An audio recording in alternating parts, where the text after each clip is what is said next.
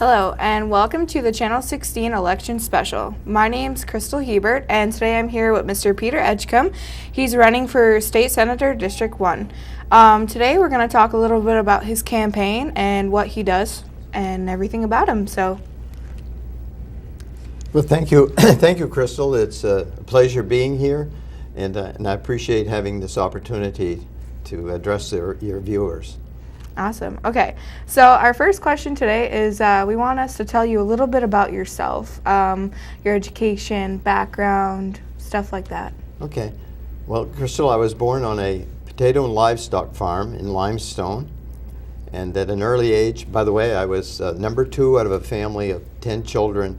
My father, A.J., and my mother, Dorothy Willette Edgecomb. And as an interesting side note, my father was a Protestant and my mother was a Catholic, so we were raised under a lot of Catholic traditional things that my mother provided for us. But at an early age, I learned to be a business person.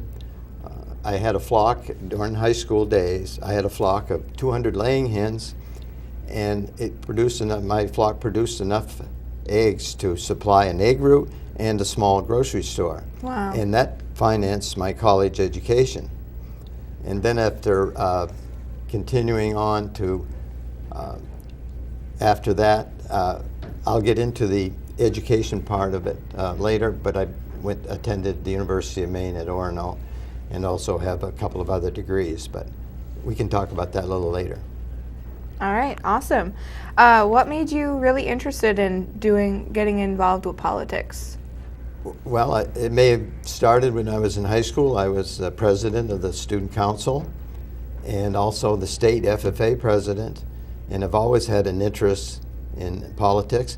And I think being a teacher where you work with students and try to bring the best in students out, that's one of the big goals of being a teacher, and wanting them to succeed. Therefore, I think in politics it goes along that same line in that you work for the people that have problems with the bureaucracy, for example, in Augusta. And if they have problems or issues and you want to help them, that's similar to being a teacher, and it's really rewarding. Like it is being a teacher, it's rewarding when folks can succeed, and you can do things like even as little as recovering funds that belong to them from the state government. And I've recovered as much as $10,000 for one of my constituents that was their money that they didn't know that the state government had for them. Right, that's amazing. What are some important issues that you think you'll bring along with your campaign if you win the election?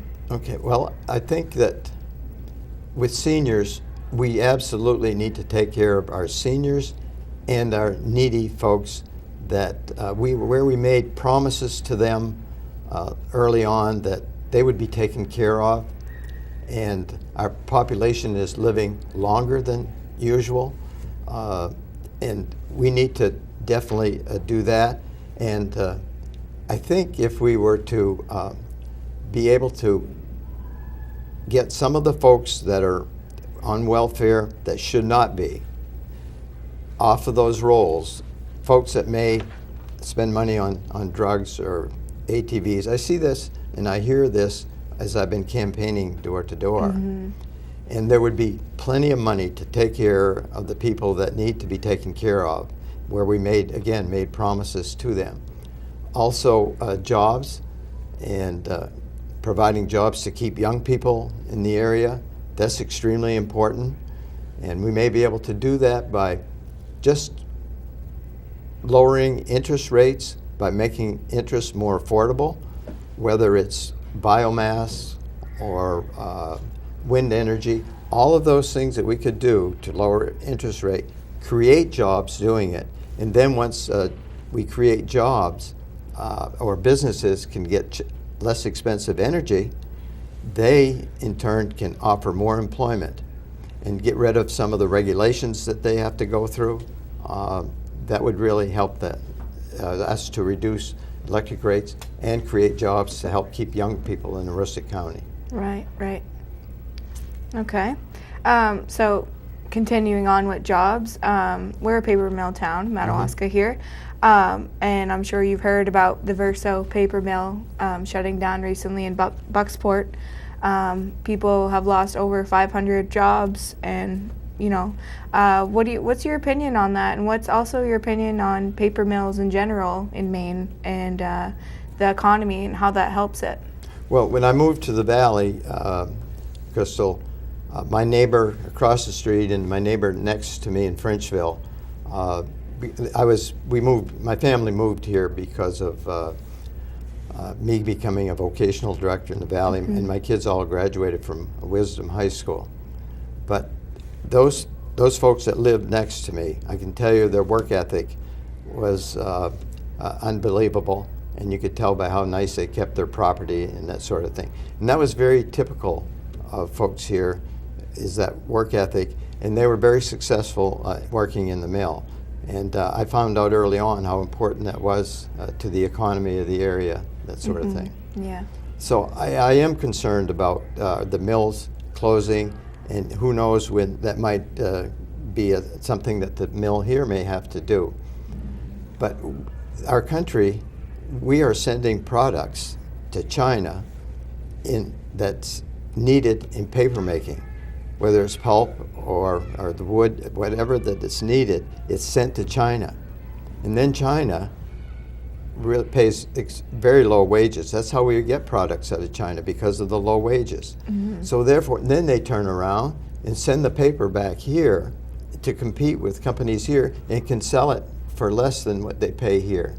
So we really need to turn around us being importing many things in addition to paper. That's really harmful to our economy. So I think we need to keep an eye on that sort of thing, and that we need to do things that would turn this around. Definitely, yeah. So what's your view on education, like public schools, colleges, tuition, things of that nature? Okay. Well, I'll try to keep this short, because Okay. I've been involved in education for 39 years. And it's everything from being a classroom teacher, teaching agriculture for 20 years, to being a vocational director for 10 years. In my last 9 as a superintendent of schools in School Union 122, but also I was an interim as recently as 2010 in Holton, and prior to that, an interim in Hodgdon. And I'm sure you know what an interim does. You've had them in Madawaska here, and that's to fill in until they get able to hire a superintendent. So in addition, when I was a vocational director, I also had to be a special ed director, adult basic education director. I administered GEDs and actually scored the paper. And so even as my first superintendent's job, I'm in charge of busing, in charge of the food program, special ed. I was in charge of all of those things were responsibilities in a tiny school that we had to do. But I'm a big supporter of education, and especially in Aroostook County, all the rural, small and rural towns, the funding formula is not kind to us. It's really designed for some of the big schools in southern Maine. And rather than get into the techniques, but the technical parts of that funding formula, I've really worked hard being on the education committee for the 4 terms that I was in Augusta, in working to be sure that we are not left out in Aroostook County as far as school funding goes.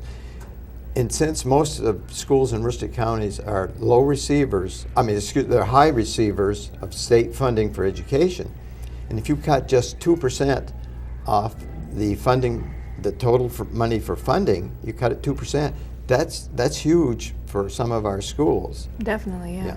And when they say schools, we need to raise funding to 55%, that would be good, but it would benefit the small schools even more so, because that doesn't mean that everybody gets 55%. It's the wealthy schools that get much less, and the poorer schools, they get much more. So when a cut is made and you're a poor school, it really hurts us here. So we need to guard that as well and try to get the funding up to 55%, and that would do miracles for our school or schools. Yeah. Definitely. Okay. Well, that's all the questions I have. Is there anything else that you'd like to add? Well, I'd like to mention that I have been endorsed by the National Federation of Independent Businesses because of the last 2 years that I was in the legislature. Last 2 terms, I had a 100% voting record. I'd like to mention that. And also, I'd like to assure the people that I've tried my very best to keep the campaign on a positive note, not to bring up negative things. And I am a clean elections candidate, and I personally don't accept funds from any outside source. And I hope that keeping it positive, that the folks out there will appreciate that. Thank you. Thank you. Thank you for coming into Channel 16 today to have an interview with us. Good luck in your election. This is Crystal Hebert signing out. Thank you, Crystal. Thank you.